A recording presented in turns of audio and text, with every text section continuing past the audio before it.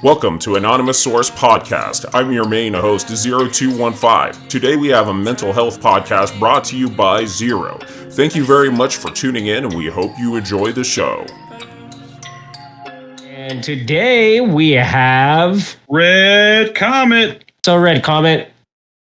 Today, I guess we're going to be talking a little bit about our pasts, but we're going to focus on you right now, at least at the beginning. Do you have anything you want to say?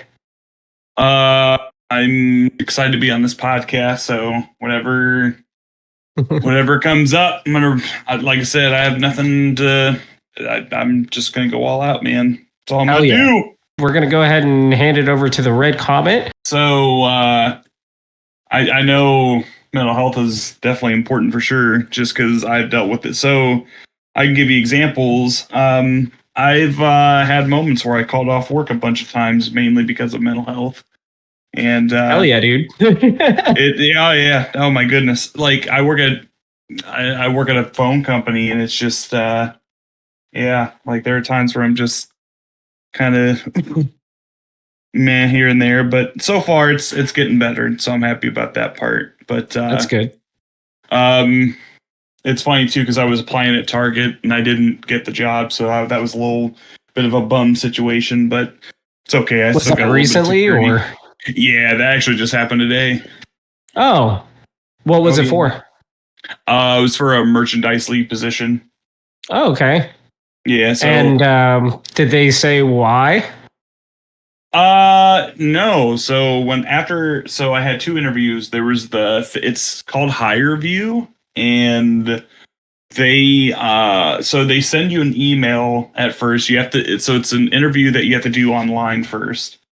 And it's interesting because like it's cool because you get to think before you speak and stuff. So I did that interview and did very well on it. And they wanted to give me a second interview. I'm like, oh, that's even better. Cool. Because I was nervous at the same time, thinking like, "Oh, there's no way I'm going to get this." No, I got the second interview. I'm like, "Oh, this is great," and I thought I did pretty well, and asked the right questions. She asked me the right questions that I liked and everything. I told her that I used to work at Best Buy, did merchandise for a while too, had like 5 years of experience for it too, even on the sales and everything, and I told her that I work at Verizon and so on and so forth, but.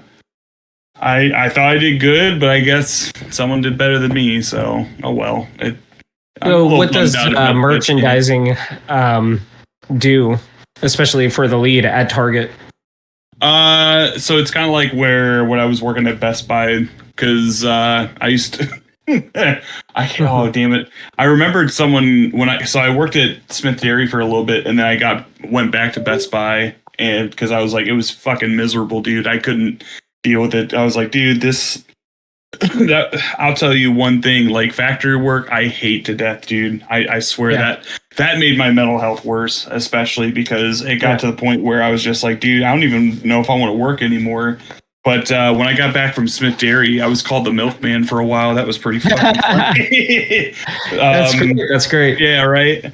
And but I was asset protection for a little bit, and then I became I guess you could say merchandise lead over at Best Buy, I guess, because the only thing was that it was still new to me during that time. So I only worked at that field for about a year and a half, about 2 years.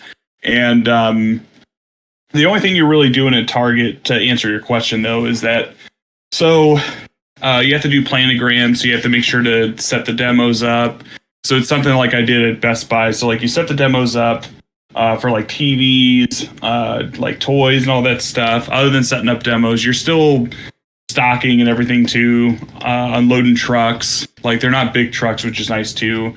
What the lady told me was it wasn't for apparel or groceries or pharmacy. It was mainly for toys, sporting goods, and electronics. Which I'm like, oh, cool. I've done pretty much all that. However. Like I asked her a lot of questions, like, hey, I did ask her this, and I thought that was going to help me get the job because the fact that she said it was a really good question. I asked her, what is your key to success to for me to fulfill this position. And she was like, "Oh my goodness, that's a good question." And she answered, basically said that, take being organized and everything, making sure that you're doing your job proper, making sure to be a good leader and everything. And I'm a key holder currently at my current job, but the only thing is that they're just not paying me enough for it, which sucks. Yeah. I didn't even get the worst part is I didn't even get a raise when I got the keyhole position. I'm like, that's bullshit. Yeah. That's pretty much how it is these days. Yeah, they're just like, oh, well, you get to learn responsibility. Well, yeah, it's cool, but I'd like money, please. Okay. All right. So you were talking about how you were a key holder, and I wanted to say that basically, it sounds to me like you actually, I mean, to be honest, I mean, all I know so far is about that one thing about the fact that you asked that question. But to be honest, that one hard hitting question at the end, that was at the end, right? I'm assuming. Yeah, because she said, "Do you have any questions?" And I was like, "Yeah," and that's why I asked that question there. Yeah, so that one question is a really, really good question to ask, and I don't think that's something that you really should be too worried about as far as that goes. I think that there's just a really fucking good candidate right next, like right after, or like interviewing as well.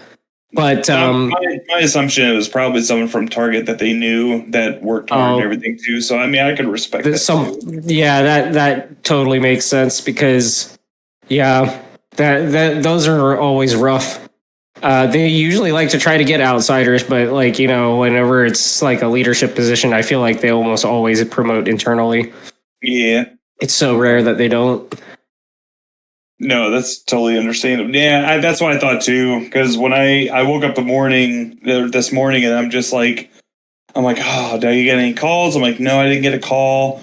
Because the lady said that she would call me back, and then I was like, well, I'll look at my emails, and I was like, yep. When I got the email, I was like, I knew that sucks. Yeah, if you get the email before you hear anything back, that's always bad news bears. Yeah, exactly. No, it was funny too because so good news at least. So Tuesday, even though I only had like 3 hours of sleep because I had so much energy, because like you're amped up. Well, so Monday I had to go to work, and then I got off at 8, and then I was like, well, I'm going to go to bed early. So I hate trying to force myself to go to sleep early because, trying to force myself to sleep is a no-no for me. Like, because especially if it's after work, because I need to have like I need to have some hours to kind of relax and stuff, because I didn't get to clock out until like 8:40 something. So I tried to go to bed around like 10:30 to 11, and I fell asleep, got up around 12 or 1, went back to sleep, woke up at 2, and then I'm like, oh, shit, I can't go to sleep. And then I was like, well, I'll watch some videos, and I'm watching videos before I go to sleep, and then I'm like, oh my God, I can't go to sleep. This sucks. Have you been diagnosed with anything? No, thank goodness. Okay. It's just it's just the only thing is that usually, like I said, like after work, I have to blow off some like energy and stuff just to be like, oh, okay, now I'm tired, I can go to sleep now.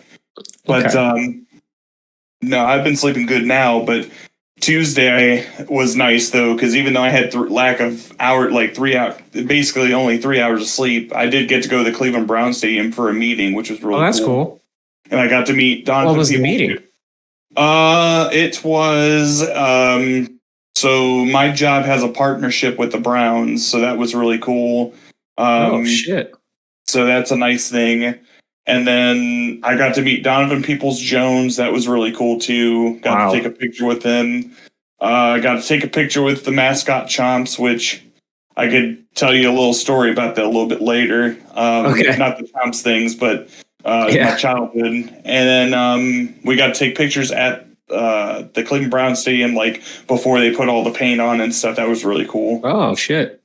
Now, little did I know, Donovan Peoples-Jones' mom works at Verizon, but I guarantee you down the road, she's probably going to retire because her son will probably take care of her.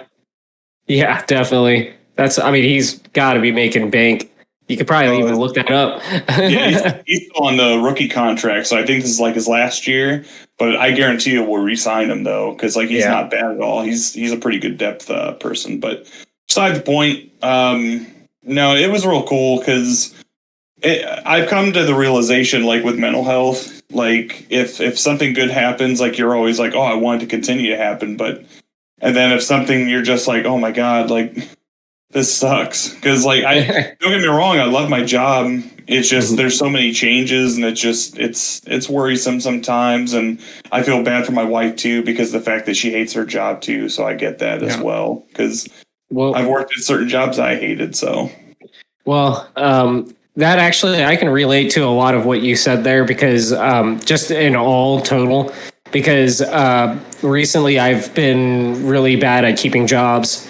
One of the things is I worked at a bank, and that bank I liked it and I hated it at the same time. Yeah. And I always somehow manage to find somebody that I don't like, and I don't want to say that like I don't actually like him. I mean, he's a cool person in general, but he always came up to me with nitpicky things, like a certain color cord had to be different, like like that's how micromanaged it was. But at the same time, he would cool off and leave me alone for a long time. Eventually it became longer periods of time that he left me alone, and then I realized that's probably not a good thing. Well, anyways, cut to the brass tacks. Basically, it came down to this point where you update the computers, and and everybody's money is transferred after that update.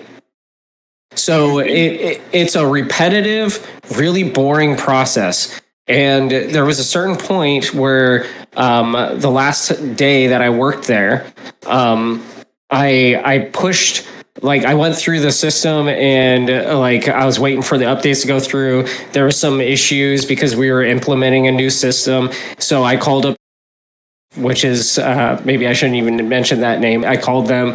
They start working with the system, and they fixed some things. And at the end of the day, he said, "Okay, now go ahead and push G on the question." And so I said, "Well, I'm not seeing the question right now."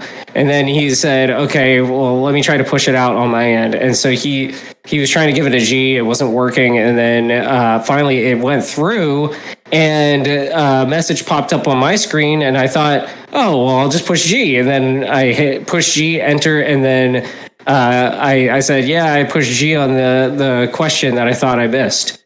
And he's just like, oh, well, that's interesting. Later, the next day, I found out that, well, to break it all down, they thought it was J that messed up. In the end, it was me, and they didn't figure it out until the very end of the day. So they lost a ton of money on two different ways because of how long it took to figure out, and because the mess up was a pretty big mess up, just because of a G. So they had to let me go then. Oh, so good Lord. That sucked. And instantly I started looking for a new job. It didn't take me long because, I was top performer at Best Buy. I got top 1% at Best Buy. So that's always easy to put on my resume. And then I get hired almost instantly every time I put that on.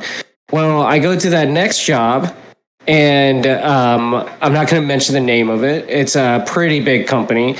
I was supposed to be the only IT guy for the biggest branch in their system.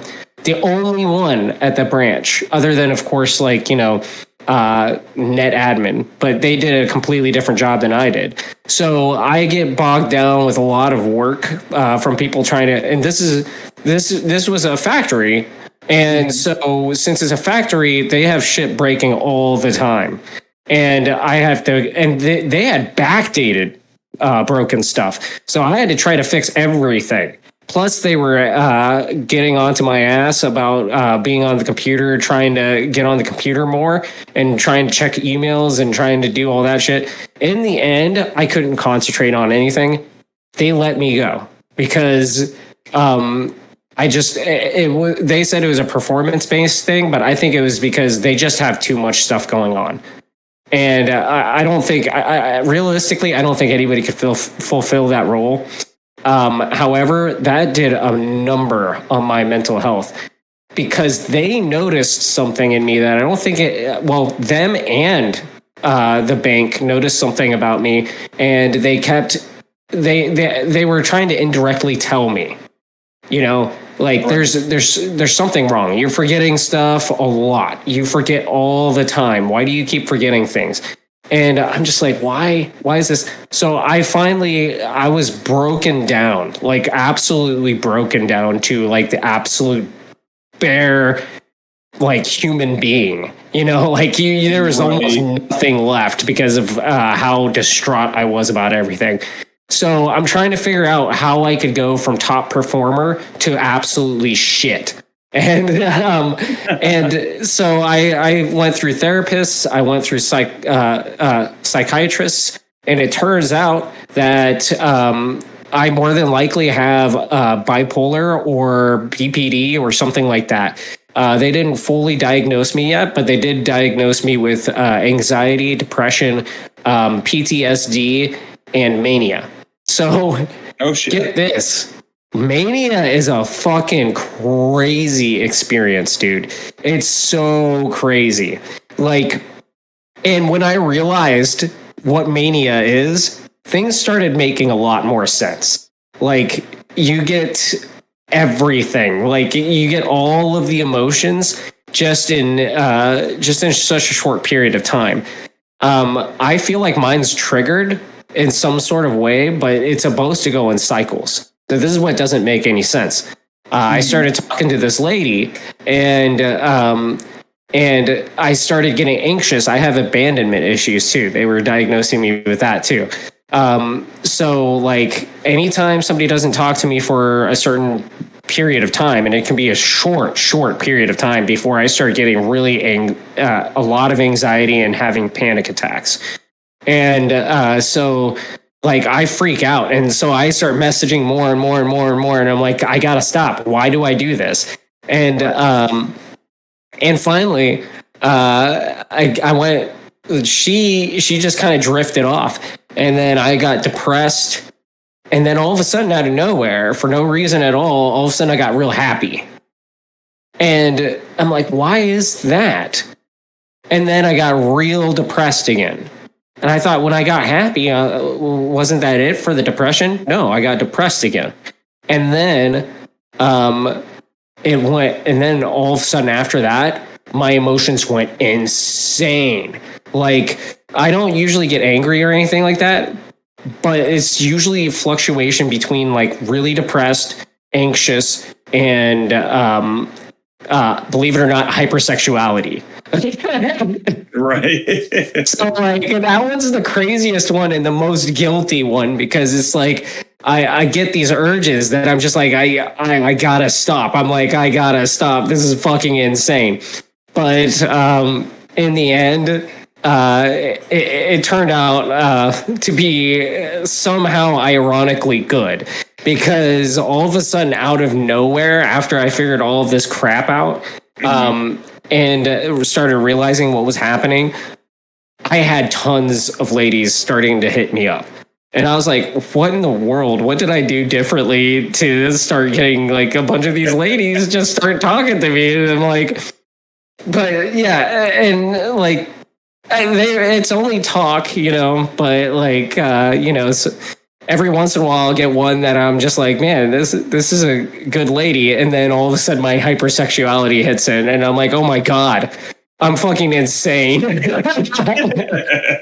I'm like, and when I start flirting, I'm like, before we start flirting, you got to know this about me. And I say it, and then they're like, that is awesome. Because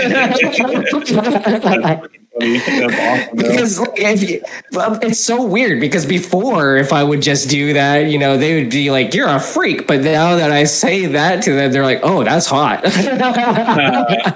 That's funny as shit. Yeah, it's so weird how just a diagnosis can turn things into something completely different. Yeah, no, it's definitely crazy too, because like I've never experienced like mania whatsoever, because I've never had like anything elevated of like depression or anything.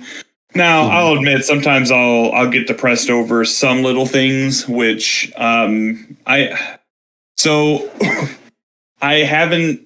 So I've went to counseling before you go on that. Yeah. I want to clarify, make sure that I have an understanding of what it is, because I know people like to throw out depression out there like just all willy nilly. When you say depression, like how do you feel? With me, Yes. So when I deal with depression, it's not extreme. So then like usually I can shake it off pretty, because I'm more optimistic, even though my anxiety. So I kind of have to like kind of give you my past real quick about that, just to kind of explain some things. But so the biggest thing is that, like, for example, back in high school, like I used to be a fucking chicken shit asking women out. I've never asked a woman out until I was like, I want to say 13, 14 years old, because I was always nervous. And, but the biggest thing, like, it's kind of hard to explain. So, Yeah. when I asked this person out, so I'm not going to say your name, but she was really sweet, really kind. I had a big crush on her, and she was the first person I ever asked out. And I was glad that she was at least nice, because she was to the point where, like, she's like, oh, that's really thoughtful, very nice and everything, but there's someone else that I'm interested in. Damn. And it bummed me out, because I'm like, fuck, man. I'm like, that's the first time I ever got fucking dissed. Like, well, not dissed, but like rejected. Turned down, rejected.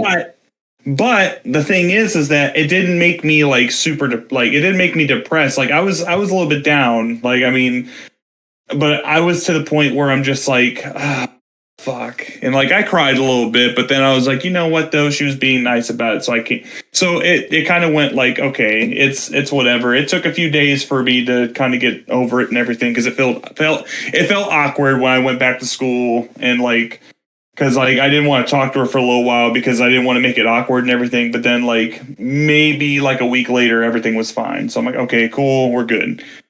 Well then. So she was nice. There was another girl I had a crush on, and I asked her out, and this is the exact words she said. She said, no. Oh, yes. She says, ew, you fucking disgusting pig. Get the fuck away from me. Wow. All you want is my fucking pussy, and I'm not going to deal with that shit. She was, okay, and here's... Oh my God. I was like, what the fuck? And I was more shocked than anything else. And then I'm just like, all I did was just ask you out. She's like, well, you're fucking ugly anyways. I'm like, Jesus Christ. That's when my self-esteem went down. I'm like, Jesus Christ. When I got home, dude, I was like, I don't want to get out of my fucking room. Where did you meet her at? It was in high school. And so I makes sense then. Yeah, dude, I was so depressed, man, because that lowered my self-esteem. I was to the point where I'm just like, holy fucking shit, like that really hurt me. I was like, at least the other person was nice, but Jesus. And then I was like, am I ugly? And then like I would ask like my friends and shit, like, am I ugly or something? So like that literally hurt my self-esteem. So that kind of like, it didn't make my anxiety the worst. I think what made my anxiety the worst was living in Florida. I was drinking a lot of water, like a couple days, just because I was like really thirsty and everything, because Florida is really fucking hot. And so I kept drinking a lot of water because we didn't have the air on as much. But the problem was I was like really hot and like drinking a lot and everything too. And then my aunt was like, oh, hey, you're drinking a lot of water. That could be a sign of diabetes. Oh, and I'm wow. like, I'm just like, nah, I'm just thirsty.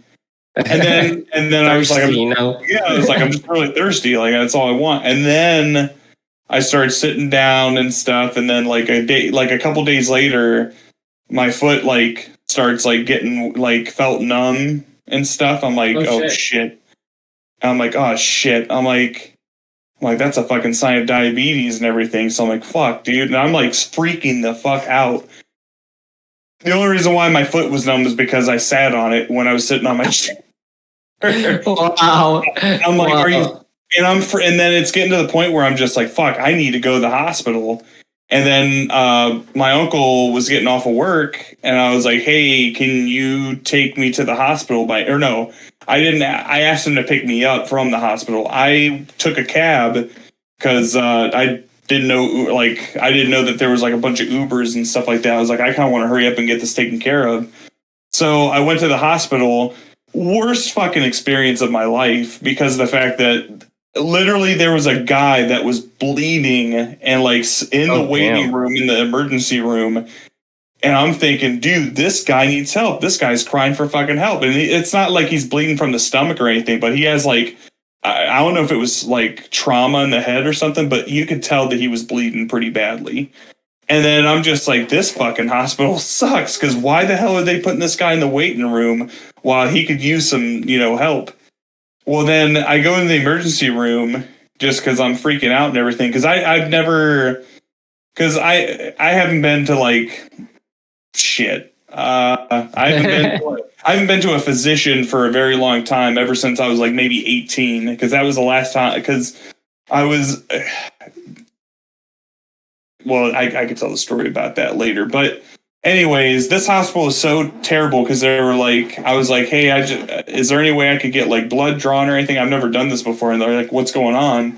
And I was like, well, I need to know if I have diabetes. And they looked at me like I'm a fucking idiot, which I get the fact that, because they were like, well, you need a physician for that, buddy. And I'm like, oh. Where did you go for that? It was at the Brandon Hospital. I will talk shit about that hospital because it is god awful, dude.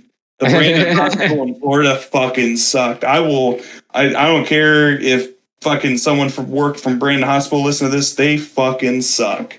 Well, I went to the hospital and like they judged me hardcore and like they were like, okay, well we'll draw your blood, but we can't really expect to get like any results or anything. And then they closed the door when they were like doing the test results, and I overhear like you can still hear a little bit of mumbling and stuff out there when the door's shut. And they're looking at me laughing. I'm like, what the fuck is wrong with these people?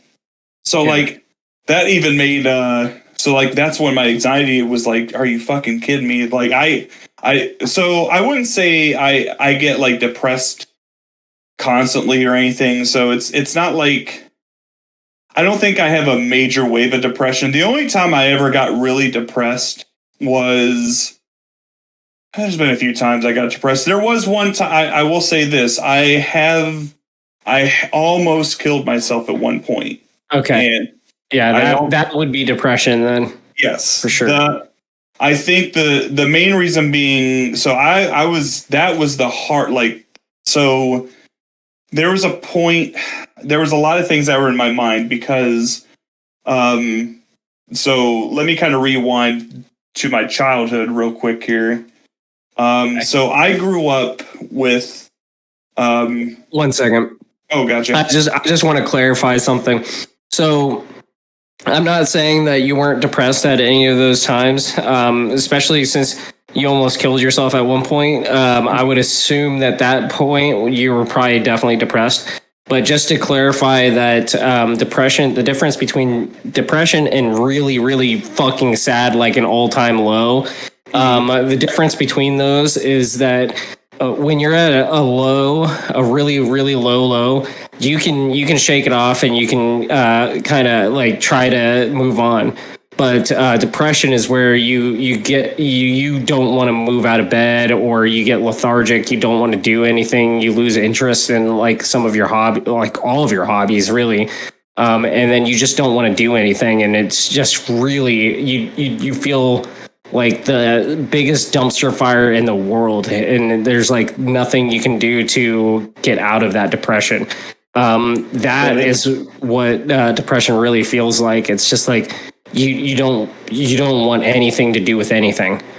And really, there was only one time I felt that way, because that was the time where I was about to like kill myself and everything. Which totally makes sense, because most people only experience depression like once. Some people experience it more than others. Yeah.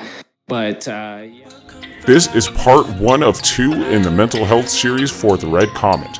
We will also have a second episode that will be airing tomorrow as well. Thank you very much for listening to Anonymousaurus podcast. Please keep an eye out, as there are podcasts posted regularly. Thank you again, and you have a wonderful day.